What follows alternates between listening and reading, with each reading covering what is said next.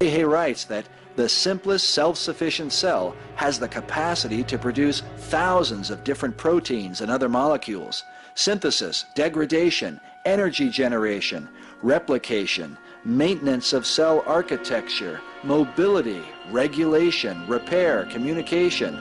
All of these functions take place in virtually every cell, and each function itself requires the interaction of numerous parts.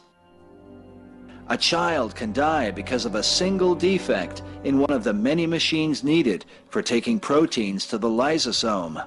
A single flaw in the cell's protein transport pathway is fatal. Unless the entire system were immediately in place, our ancestors would have died. He concludes that attempts at a gradual evolution are a recipe for extinction. Behe further rebukes the scientific community for ignoring the evidence. He says the impotence of Darwinian theory in accounting for the molecular basis of life is evident from the complete absence in the professional scientific literature of any detailed models by which complex biochemical systems could have been produced. In the 20th century, other noteworthy scientists have agreed. World-renowned astronomer Sir Fred Hoyle rejected Darwin's theory. It was Hoyle who coined the phrase, the Big Bang. He was in fact mocking the idea that all things came about through some great explosion billions of years ago. Hoyle calculated that the odds of producing just the basic enzymes of life by chance are 1 in 1 with 40,000 zeros after it. Hoyle claims that believing the first cell originated by chance is like believing a tornado could sweep through a junkyard filled with airplane parts and form a Boeing 747. He said, the scientific world has been bamboozled into believing that evolution has been proved. Nothing could be further from the truth. Hoyle said this situation is well known to geneticists, and yet nobody seems to blow the whistle decisively on the theory. Most scientists still cling to Darwinism because of its grip on the educational system. You either have to believe the concepts or be branded a heretic. Australian biologist Michael Denton, author of the book Evolution, A Theory in Crisis, says science has so thoroughly discredited Darwinian evolution that it should be discarded. Meanwhile, mathematics professor Wolfgang Smith says evolution is a metaphysical myth, totally bereft of scientific sanction. At the British Museum of Natural History in London, paleontologist Colin Patterson started asking other scientists to tell him one thing they knew about evolution. Lecturing to biologists at the American Museum of Natural History in New York City, he said, I tried that question on the geology staff at the Field Museum of Natural History, and the only answer I got was silence. I tried it on the members of the Evolutionary Morphology Seminar in the University of Chicago, a very prestigious body of evolutionists, and all I got there was silence for a long time, and eventually one person said, I do know one thing, it ought not to be taught in high school. In spite of the evidence, Patterson did not abandon evolution. He says, then I woke up and realized that all my life I had been duped into taking evolutionism as revealed truth in some way. He said he had experienced a shift from evolution as knowledge to evolution as faith. What Patterson described was his own paradigm shift from scientist to Darwinian worshiper. His idol, the cathedral of evolutionary thought. This trend among scientists has been acknowledged by others in the scientific community.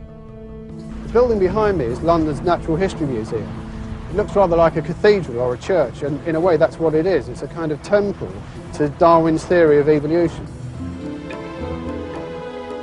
People come to museums like the Natural History Museum to get answers to their question. Have we evolved from apes? Do humans and apes share a common ancestor? And to look at an exhibit like this, you'd think that question had been answered decisively yes. But the answer is far from decisive. In fact, This representation is an interpretation of the fossils, the interpretation of one group of scientists. There are other interpretations, but you won't find them in this museum or any other museum in the world. In the days of early America, the Founding Fathers held few doubts that man had been created rather than evolved. The Declaration of Independence says plainly, "We hold these truths to be self-evident, that all men are created, and that they are endowed by their Creator with certain unalienable rights." The Founding Fathers maintained that the rights and liberties of men were defended by the authority of God, who created them. But if mankind merely evolved, then a man's rights are established only by man's opinion. As that opinion changes, the rights of men can also change, as was the case in Nazi Germany. Hitler believed that evolution was true and the inferior races need to be eliminated, and he had a list. Hitler's opinion was that Jews and people considered genetically inferior should be eliminated from society. The Nazis relied upon the Darwinian view of the natural selection of favored races to further their own ideas on the struggle for life. In fact, Hitler's book, Mein Kampf, means my struggle, a struggle the Nazis clearly defined as demonstrated by this propaganda film.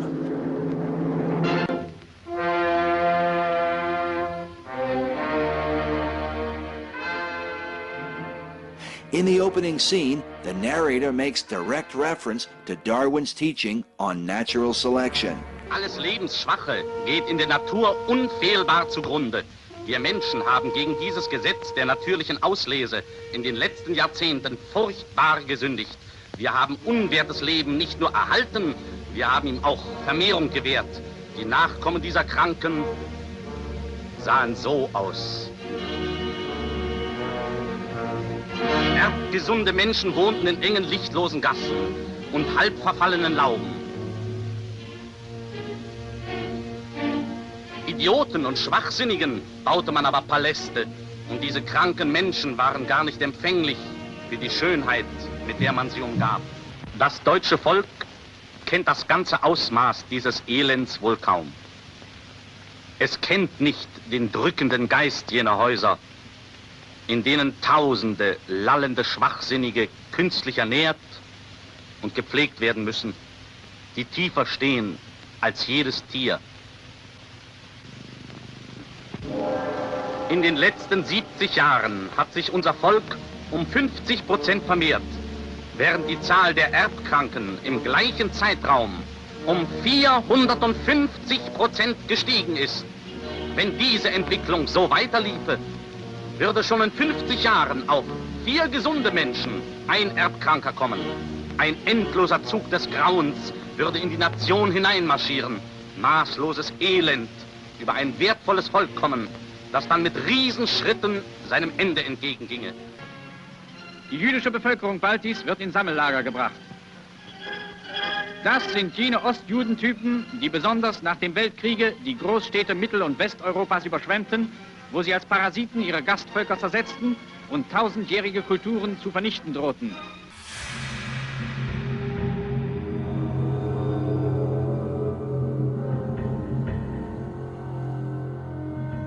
Under evolutionary influence, Hitler declared, "I have the right to exterminate millions of individuals of inferior races which multiply like vermin."